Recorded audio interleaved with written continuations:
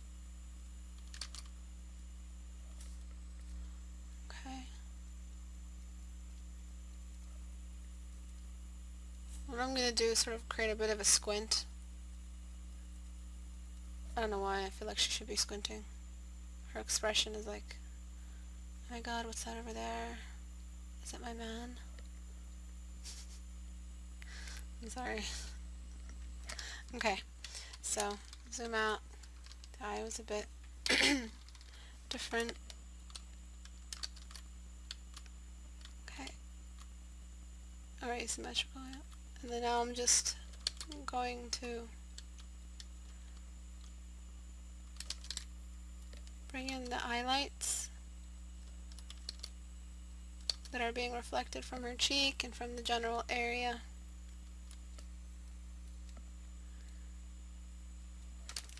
And then darken the lash line. Brush is small. Look at how small my brush is. Okay? Some of you are like, what? That's not small. It's small. Okay, and just brush some eyelashes on. You don't have to paint every single lash for it to read as a lash, guys. Remember that. Sometimes a well-placed stroke. My fingers are always on Control Z. Always.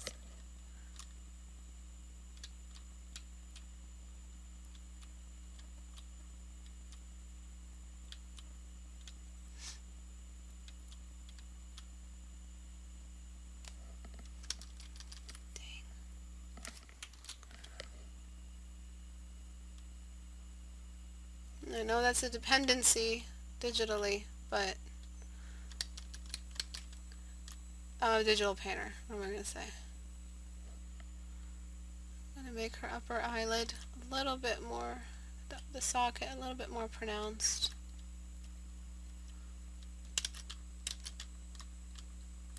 Make the upper eyelid a little bit more pronounced as well. And I'm going to blend that away. At this point I stipple blend, which is like dotting like this. I stipple blend because it works very well.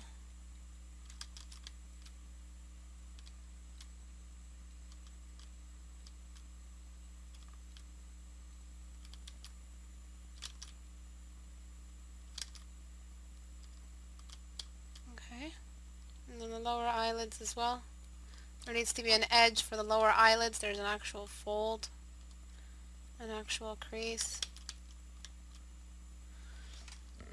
We're sort of starting to enter that rendering stage, that detail stage. Our brush is shrinking. The demand for a smaller brush is rising, and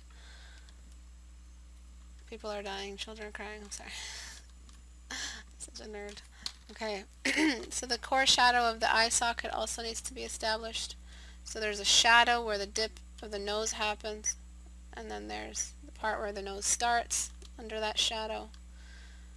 And then we've got reflected light again, trying to get the reflected light back.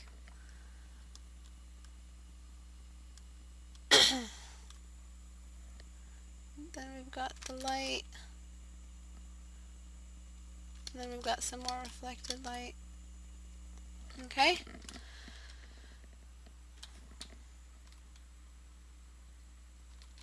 Now we're just going to unify some of these shadows together. Some of them are sort of starting to exist in their own realm. I have to unify them to make them attached back to the main shape. That's sort of it. Filter, sharpen, sharp mask. Just to bring that out a little. Okay. She's getting totally like lost in your painting. I think she likes it. Lovely lesson. It's almost a live paint narrated. I'm sorry, I wasn't getting lost. I was just like, yeah, I was getting lost. I love to paint. That's why I'm here. I think my tablet buttons scroll history by flipping the canvas, increase, decrease, vibration. Okay. So now I'm just going to go back to the edges actually, because I looked away. When you look away, man, just look away from your paintings for a moment. Take a break. You'll see where everything is. You look. What's the shortcut to shrink your brush? Oh, open and close brackets. The square brackets. These. They're my babies. I don't know how people do this all the time. my brushes don't even load because I've got like a buttload of brushes, and you have to keep guessing. So what I do is I just do this and this. It's the best shit ever. When I found out, man, I was happy. Okay. Alright. I think we're almost done, diddly done. Just trying to find some of these edges. Get a good reference for the hijab, for the way folds work. And please, please, get the edges down. You're gonna find like some real problem soon. And you're gonna be like, oh, what's the problem? I rendered the face. Like, what's left? It's gonna be the edges. Just letting you know. Make the background a little bit lighter as well. It really doesn't make sense for the back to be that dark. If you do want to darken it in the areas where she's casting an actual shadow on the background. So if she's standing against the wall, she's casting a shadow like this. And that's pretty much where the shadow is coming from. That's it. There's a light shining on her. It's going to shine on the wall behind her as well. Welcome everybody. There's 25 of you. Some of you signed on, some of you haven't. Welcome Katelli, Boo Pen, and Anne. Welcome. Anna.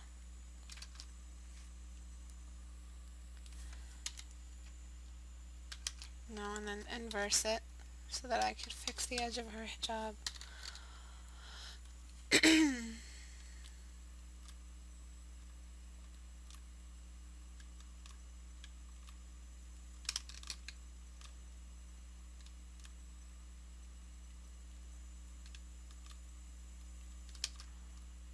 Okay, and the wall behind her is going to cast some light on her as well.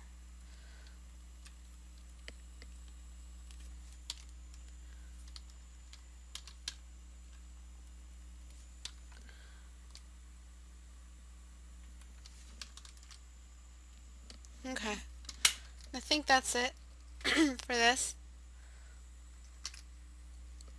There's a great deal of rendering left to be done. Some edges, you need to find some edges, but I can't really do that now if I want to do the hair tutorial after. But I recommend capturing the core shadow first. You see, it doesn't look like a beard anymore. It doesn't really look like a beard. The point was that I considered it enough that I made it dark enough that if I do keep painting and lighting, it's not going to be painted away. Alright?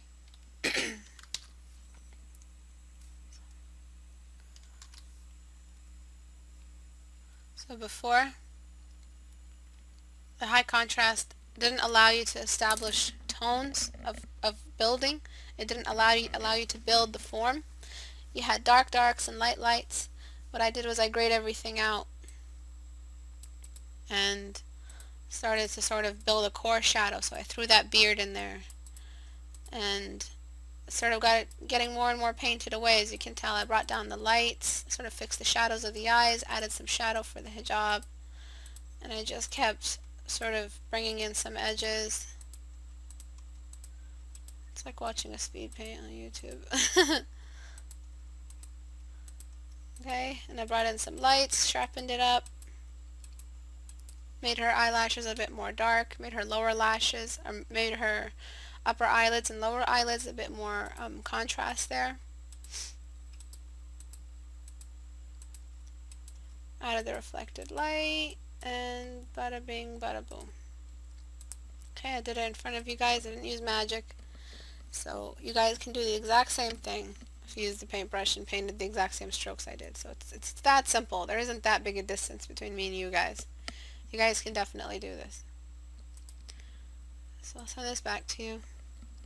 No problem, Domino, anytime.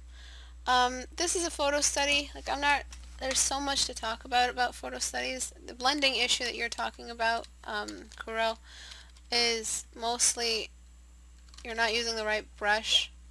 So the areas of Humphrey's face, areas over here, they need a soft brush to get that reflectiveness going. His cheek is really reflective in that area. I think it's mostly that stuff. You need to start blending a way where everything sort of has a halo of dark around it or a halo of light.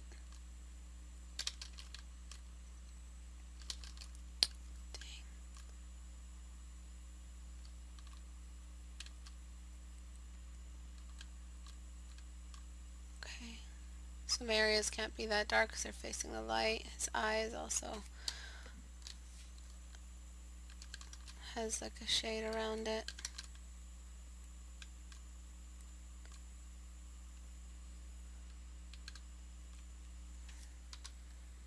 This whole part of his head is dark over here, and then you've got the reflected or diffusing light, and then you've got this part that's light, and then you've got this part that's dark, so it's a light dark light pattern going on. You just have to be aware of it so that when you're blending you're not really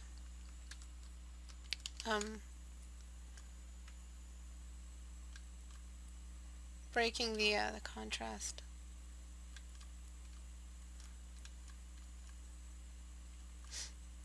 Sometimes you can overblend, sometimes you can underblend. So you have the sort of this line, this dark here, this dark is a clash between the primary light source and the core shadow, and the secondary light source that's breaking the core shadow.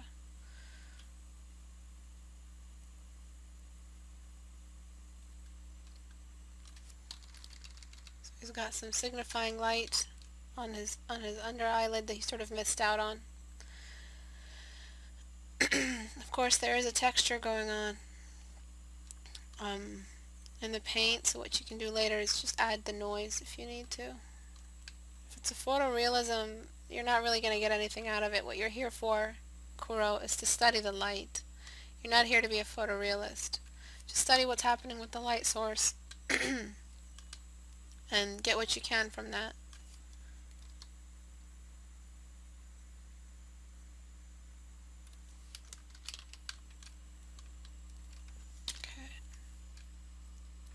Don't sit there trying to make it look exactly like the paintings. That's not what this is about.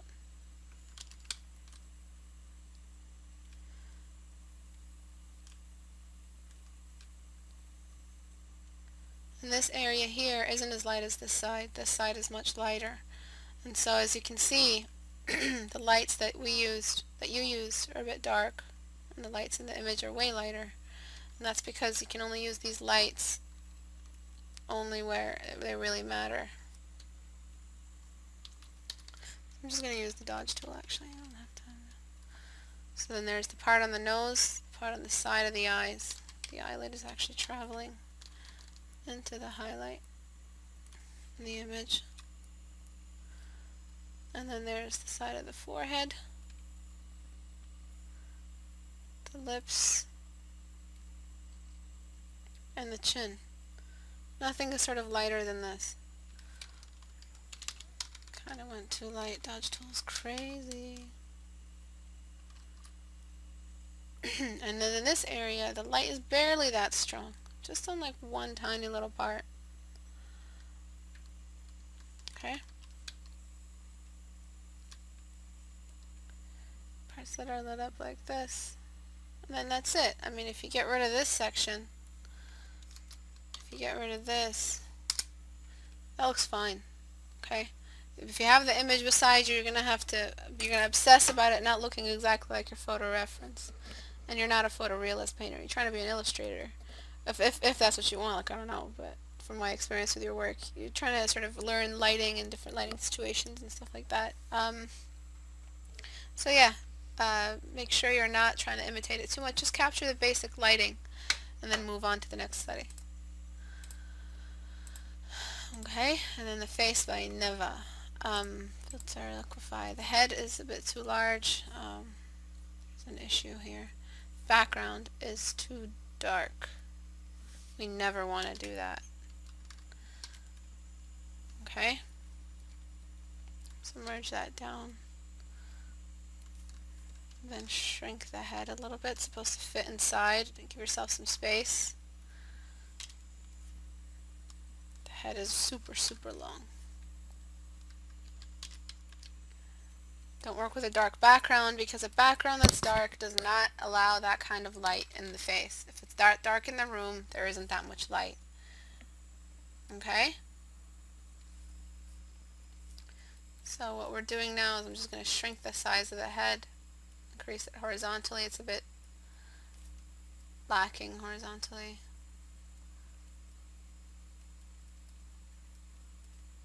Decrease it vertically. this vertical sort of space you had it growing on made her look a bit old. You've also broken the triangle of cuteness. Let me show you how. The lip is too wide.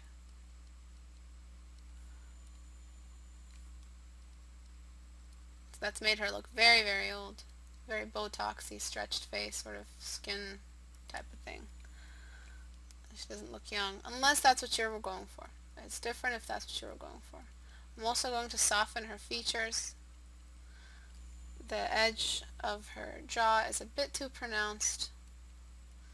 I just want to make sure you guys aren't accidentally drawing a face in a certain way for the rest of your lives. I want to show you a good face to draw accidentally for the rest of your life, which is one that's universally accepted. If you want to draw a girl, draw it in this way. If you want to draw a guy forever, draw it in this way forever. Because that's going to be the universally accepted way. If a face is too bony, it's going to look old. If you want to just make a pretty face standard, make sure her face is generally well-rounded and not too overstated. She can still look pretty. She can still have that Olivia Wilde build on her face, but she just won't look like an 85-year-old Olivia Wilde. I'm going to make the eyes look a bit more rounded, less slanted.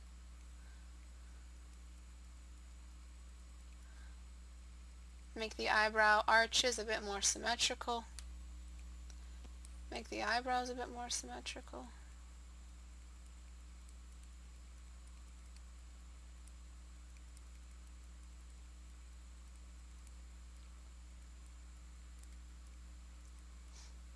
Okay.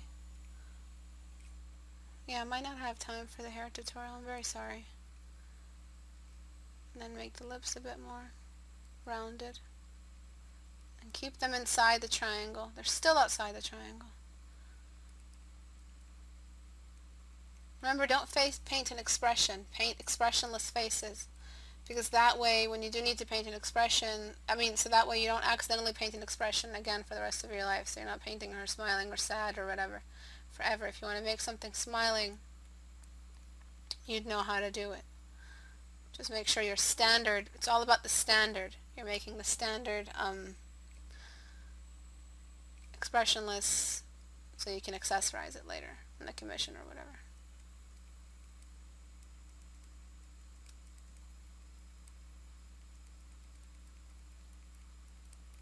So I'm just reshaping the face, sort of to bring,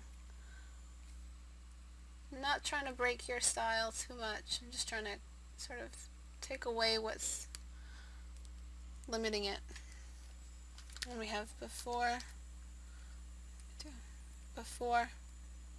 the head was a bit too big.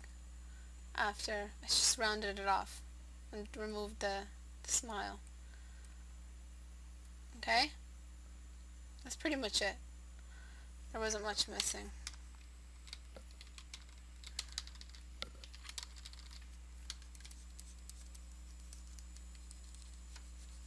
Okay.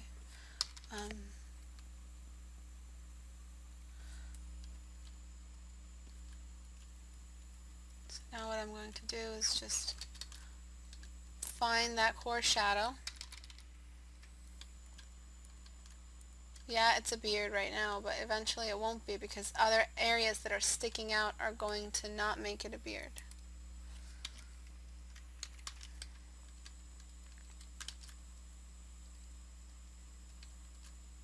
So I'm just casting half the face in shadow because that's the shape that we're talking about.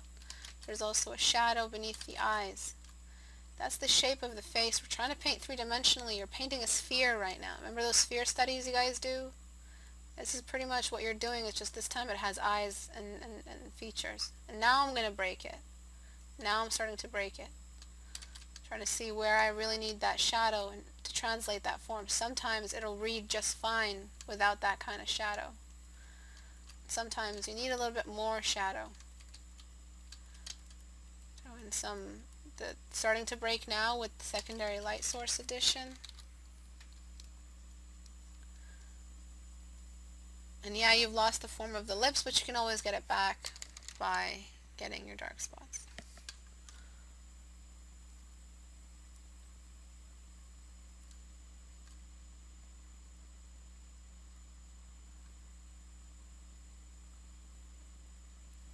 got the shadow of the lip. You've got the highlight of the lip.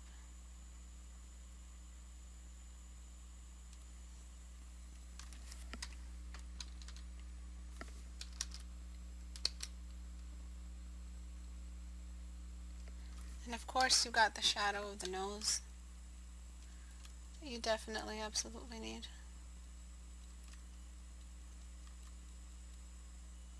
Then diffuse that. Diffuse light under the eyebrow. Upper eyelid needs to be more sort of, needs to read as an eyelid function-wise. The function needs to be translated.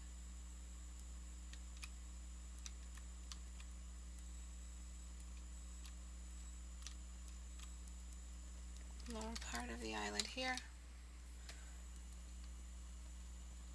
The nostrils need to be a bit more stated and traced out.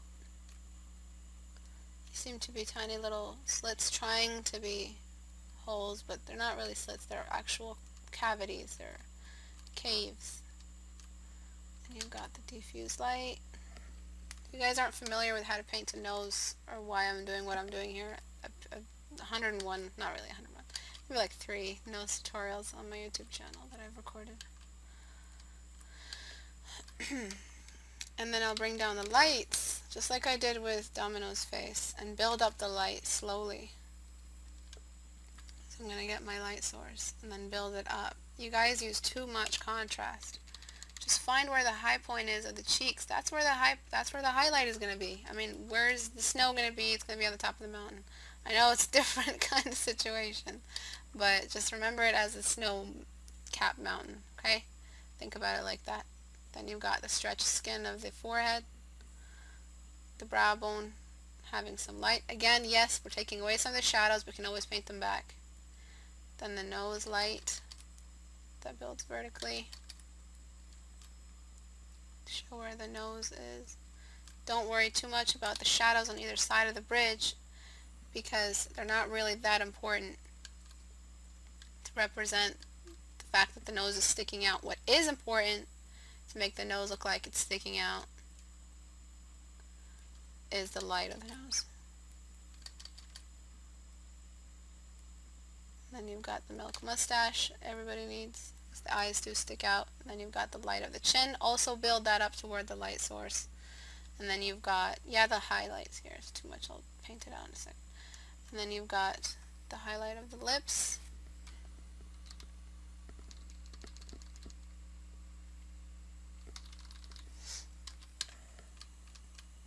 Okay, and then the upper lip being dark. That's her. She kind of looks like she's grossed out, so I'm just going to make her lips look a little less grossed out.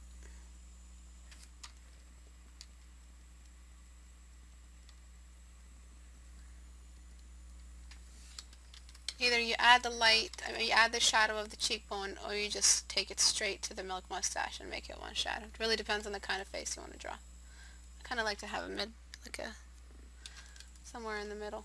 And then you've got the reflective skin on the lower eyelid over here.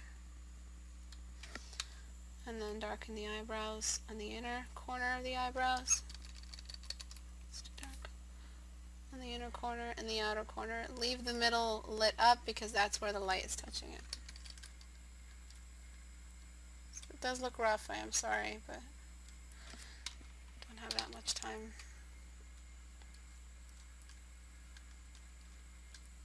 Okay? So now the face sticks out. Now the face has a core shadow. The light is sticking out on it. The light is casting appropriately. Proportion-wise, everything is squared off very nice. The neck is a bit off, but I'll let you paint the neck. So before,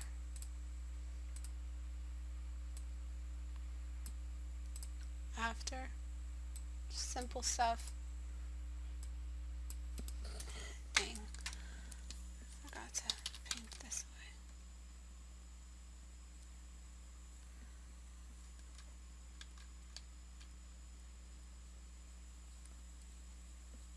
Okay?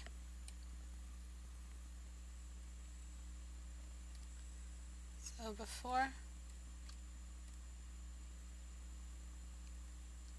after. Alrighty. So there is details that you can add to the eyebrows. You can make the eyebrows look a bit more realistic. You can add more highlights on the face. Sometimes ladies use highlighter just on their cheekbones to make them look a little bit higher. On the eyebrow bone, on the inner corner of the eye, this is all accessories. This is all makeup. Don't mix the makeup with the non-makeup. Okay? Then you can have some more light on the eyes. It's really your choice. Also, what I recommend is throwing, like, you know how you throw the shadow of the upper eyelid? You can just also throw some light on the lower part, just beneath the shadow, to make the eyes look a little bit more alive, or sort of light and beautiful.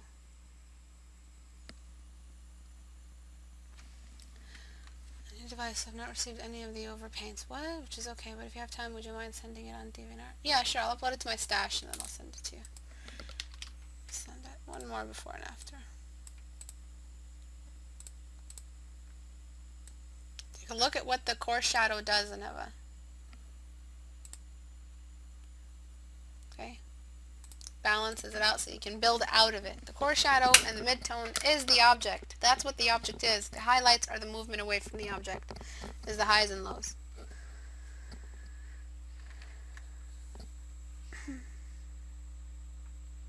Yeah, sure, I'll send it to you.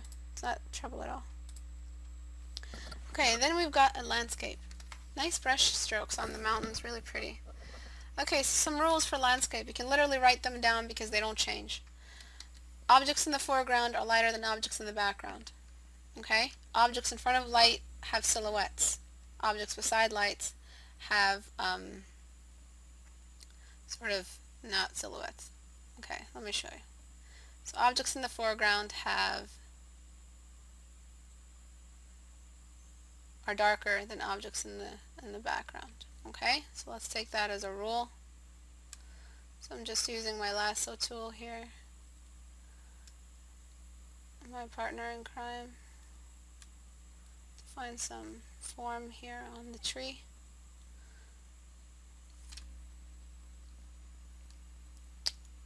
First let me darken this shit. Sorry, I didn't mean, oh man, I'm so mean. Okay. No, not like as in, oh man, I'm so mean, I'm so mean. Sorry, I didn't mean to say shit as in your work. I've been mean lately. I'm sorry. Okay, so this is basically what I mean here. We darken this, oh whoopsie. I didn't mean like, I'm referring to your work as shit. Like, oh my god, I'm so bad. I was just referring to stuff. I've been an angry driver, let's just say that. Okay. So objects in the foreground are always, especially if it's a nighttime scene. This is a nighttime scene, right?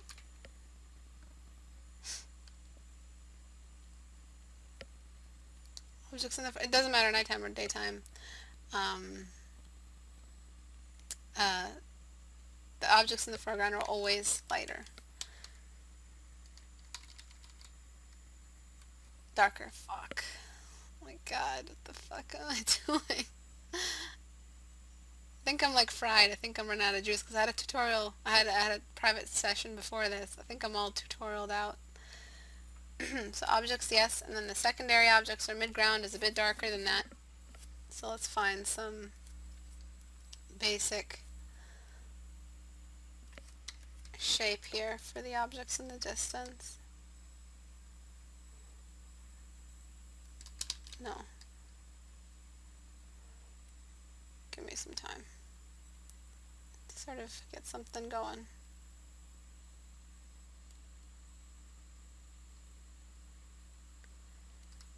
Because you don't really get it if I don't show any detail, so.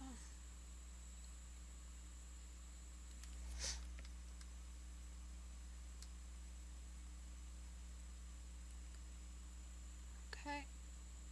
Almost done. Alright. That is on a layer below the layer of the foreground because we need to, oopsie, we need to make it touch lighter than the foreground. And it gets darker this way. And then we've got atmospheric fade. So we've got the lower areas a bit lighter, especially with the fog sitting on top of rivers. And then we've got the bottom of that, which is the light of the river itself. So put that on a new layer, and then I'll highlight the base. Filter, blush, blur, Gaussian blur, blush.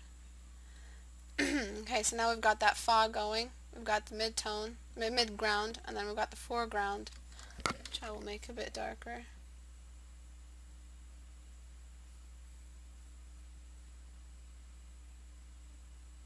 Okay. Then we've got the background. So I need to make, now that I made the foreground darker, I need to make the midground darker.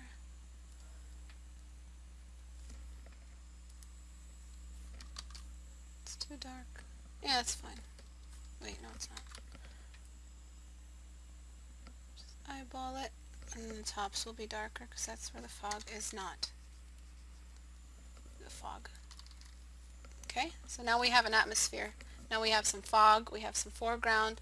I'm going to place some fog in the front as well. Just a small bit, just to add some texture or atmosphere. And then we'll jump to the background. So you've got this mountain. Okay, the mountain needs some edges. It needs a real sharp edge for it to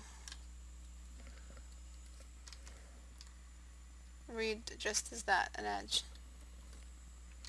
And then you've got the tip of the mountain, sort of, and you've got the light on that.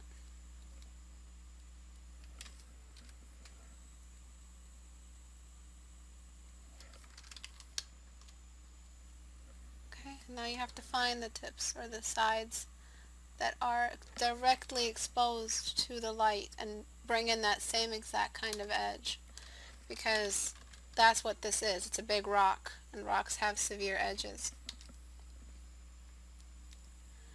And that's what you want to do. You want to bring in that edge. Okay, and then of course identify whether it's outdoors, nighttime or daytime. You're going to need to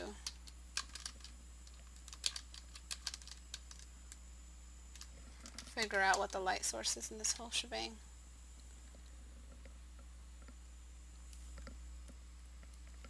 And choosing how light this light source is going to sort of carry the image, because we're determining how light we want to go.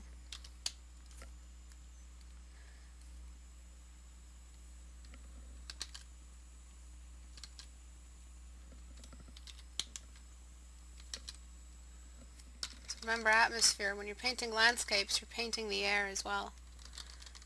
You're painting pretty much everything that has, it's a one big system. Painting everything that the light touches and the air in front of it. That's the key to a really good landscape, is remembering that there is an atmosphere involved that you have to incorporate. Okay, then you've got this bush here in the front. I'm just going to ignore that for now, because I need to reflect this whole thing on the water. Flip horizontally, oh shit, flip vertically, and compress it. Okay, and then what I do is I need to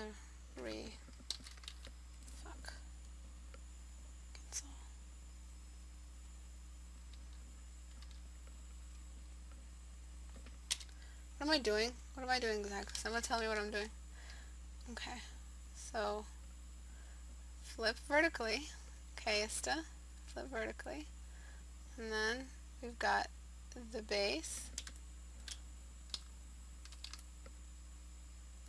Then just keep compressing to see how the light is really, how the atmosphere is really compressing. And then the the moon isn't really that compressed. So vertically, so I want to compress it just a bit and then carry it down. Front.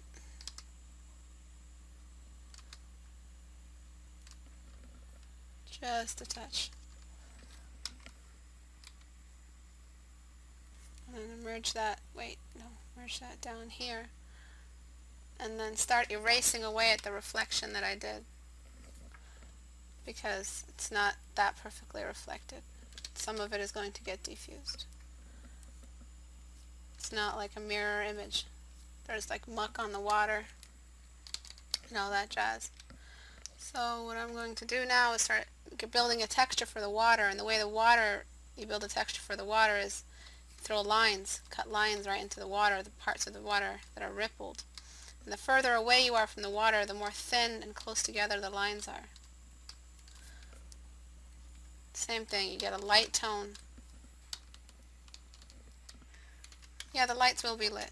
There'll be a serious silhouetting going on with the light.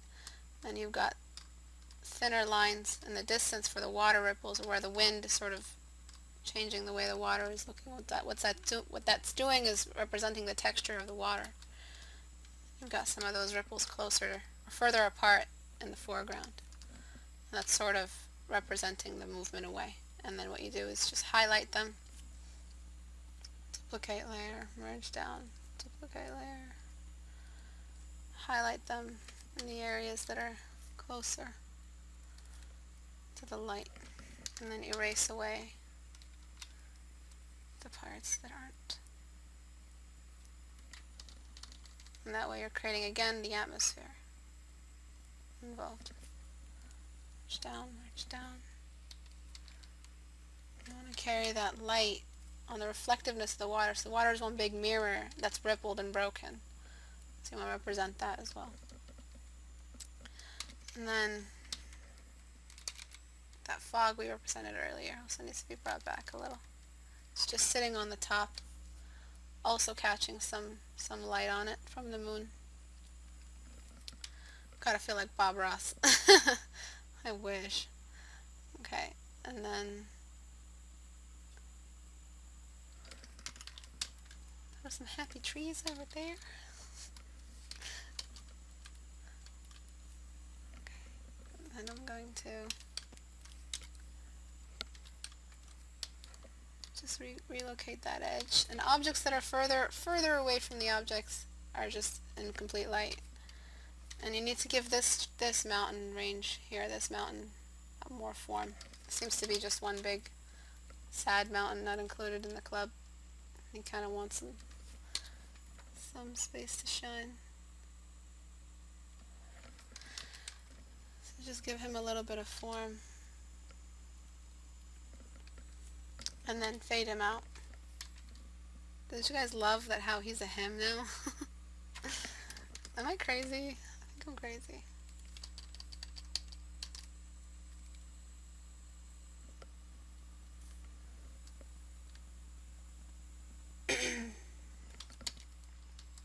Yeah, they will be in a silhouette situation. The clouds. Alright, and then half of this mountain range is going to be in shadow, so we need to find where this edge is. You've got a really pretty mountain going on here. Now we just need to find that and make a more depthy shadow, more dynamic shadow. So a shadow that is darker on its base and gets lighter as you go up, because the reflected light. Okay, and then I'm just gonna smudge that because I lost. And this is like initial first 10 minutes kind of brush size, large brush, keeping your brush large kind of thing. Don't forget this stuff, guys. You need to keep your brush large. If you're shrinking your brush and wanting to detail too soon, you're messing up your painting. So now I'm going to get one of my favorite cloud brushes. It's available online. You guys can find it in a cloud brush set. I think it's just called cloud brushes. And I'm just going to find some basic silhouettes here for the clouds. And I do want them to be in the way of the moon. Just think about, zoom out first. Think about how these clouds are sort of packing on. You sort of do have too much space up here for a landscape to break that space. Excuse me. And I'm just sort of trying to find a nice balance.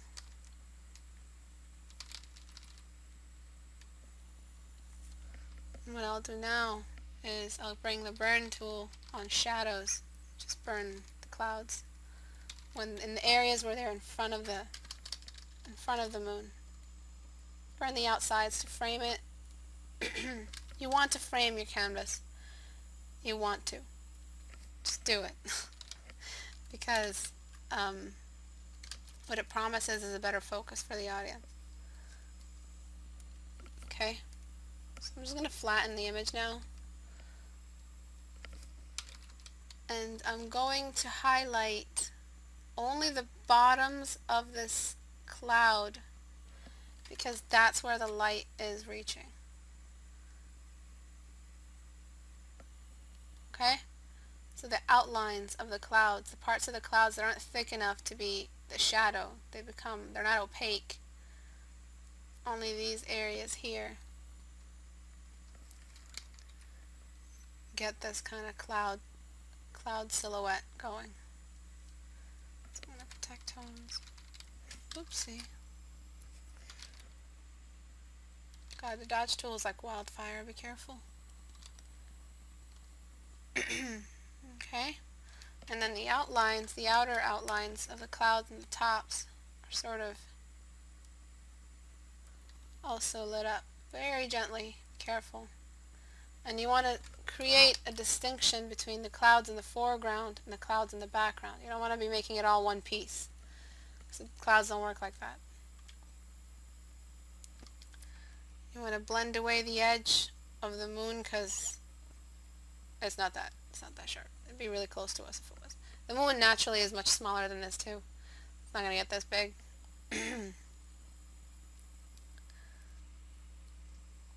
But in a landscape, we want to make everything bigger for some reason.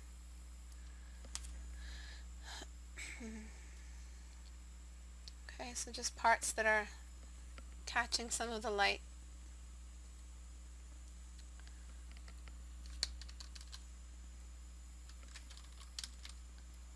Those parts I want to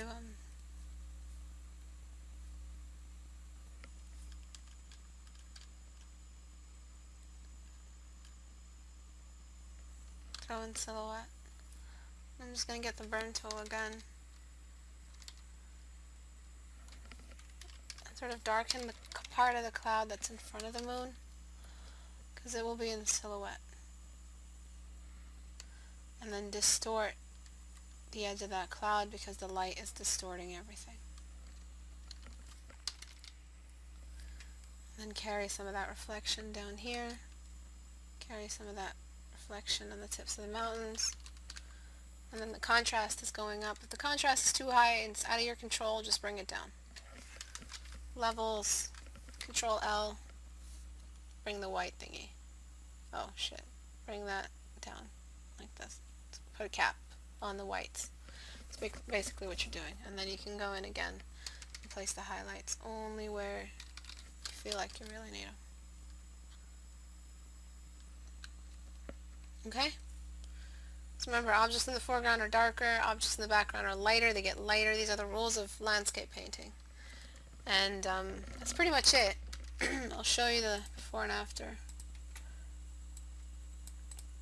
Before, you didn't really have a landscape crop going on, do that. Everything was pretty much the same level. The background and the foreground, the foreground and the background trees were exactly the same tone. That wasn't creating depth. We weren't seeing any real depth going on. The foreground tree might be a bit dark. This guy is crazy. Let me bring him down a little bit.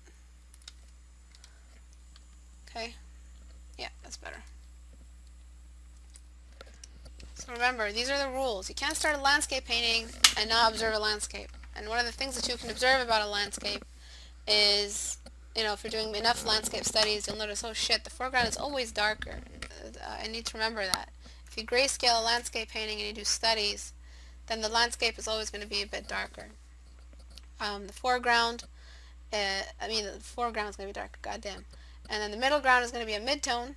The background is going to be lighter, and the further away you move, the more the contrast is going to be. This is too dark. The reason for that is there's a distance. The more distance you place between yourself and an object on the surface of the earth, the more air that'll get in between it. And though you might not think so, air has color. It carries the color of the atmosphere.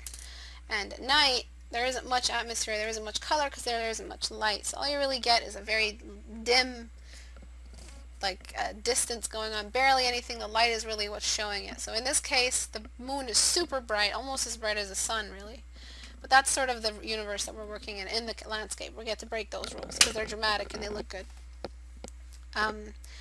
But in a normal daylit landscape, the air has the color. It assumes the color of the landscape, assumes the color of the atmosphere. And if you want to change this into color, you have to choose a wash. And the wash is usually a direct reflection of the color of the sky. And if the sky is super blue, then the fade color, the fade off color, the atmospheric fade color. So if you want to paint this mountain here, it's going to have a blue shade to it. Is there a rule about reflections too? There are a couple scientific ones. Really, you just get to eyeball it. Just eyeball your way around it. Make sure that you're not reflecting it perfectly as if it's a mirror. There is a great deal of compression and distortion because water is constantly moving. It's a moving mirror. And so it's going to distort everything. It's not perfectly smooth. It's not straight. So the reflection is going to be distorted. Just like if you bend, or like those circus mirrors that you go to that distort you. So that's the same thing that's happening with the water. There's some distortion rules. Value-wise, it is always desaturated. Value-wise, it is a desaturated version of what just happened. Oh wow, it's snowing. Holy shit. Yeah, it's a desaturated version of the original image. So if you reflect it, it's a desaturated version. It's not going to reflect the exact same color. Remember, it's just a reflection. This is a weird cutoff right over here. Yeah. Okay, guys? And then it'd be cool if you guys add some foggy fog. And then some another objects in the foreground or some person.